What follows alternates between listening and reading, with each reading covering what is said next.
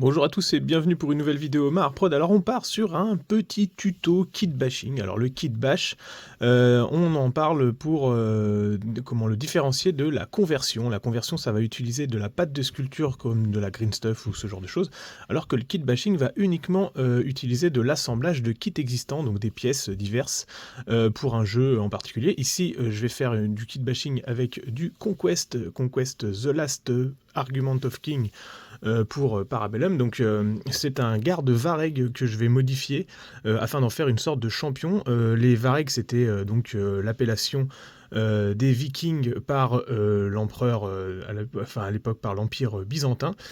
C'est des Vikings qui avaient été utilisés par l'Empire de Byzance, et du coup là ils sont intégrés dans les Old Dominion, qui est mon armée un peu de légionnaires romains de la mort. Et du coup j'aimais pas trop le visuel viking pour une armée de légionnaires romains. Du coup c'est le seul que je vais faire, parce que les autres je les ai tous modifiés pour en faire des sortes de Athanatoi, mais avec arme à deux mains, et donc j'en avais modifié la hache, comme vous pouvez le voir sur la micro vidéo d'incrustation ici. Donc là, j'utilise les quelques pièces qu'il me reste sur l'option des Vikings, parce que le kit d'Athanatoi permet de faire un double kit. Soit vous faites les Athanatoi, soit vous faites des gardes Vareg. Et là, donc, j'avais gardé quelques pièces pour me faire un champion qui pourra être utilisé, par exemple, en Xiliarque ou en Praetor, qui sont des options un peu de chef à intégrer dans les unités.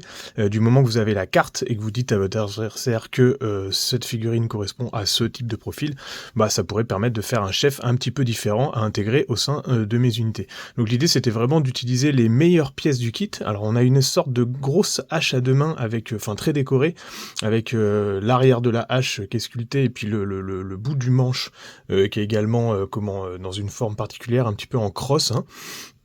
Ensuite, j'ai réutilisé également une autre hache qui, elle, est plus simple, dont j'ai raccourci le manche pour la mettre à l'arrière comme une hache d'appoint. Et l'idée, c'est de lui donner une position un petit peu en train de donner des ordres, avec nonchalamment la grosse hache posée en travers de l'épaule. C'est ce que je suis en train d'installer. Et donc le kit bash, l'idée, c'est de découper assez finement les différentes pièces du kit que vous voulez assembler, pour ne pas avoir justement à utiliser des pattes de sculpture. Et normalement, quand les gammes sont bien faites et que les pièces passent entre elles, ça vous permet de faire des conversions assez rapides sans pour autant utiliser des techniques de sculpture ou des pattes.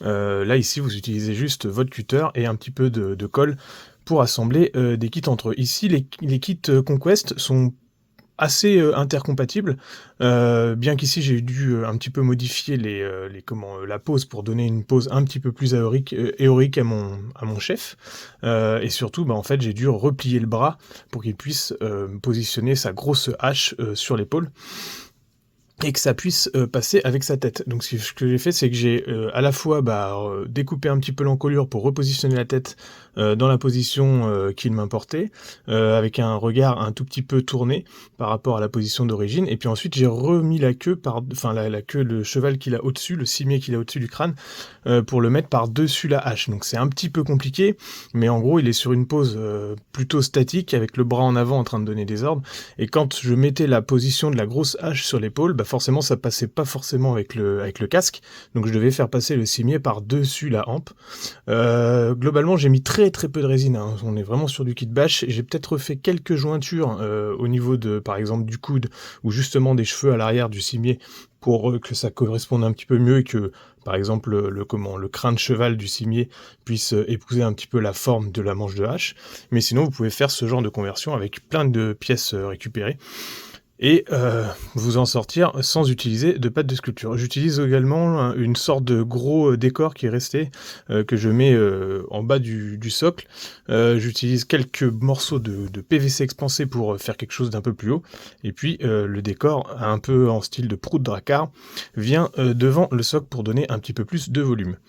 Donc voilà pour cette petite vidéo. Je vous demande d'être super à fond sur le pouce bleu et le partage de cette vidéo, parce que comme elle est très courte, forcément elle n'est pas monétisée.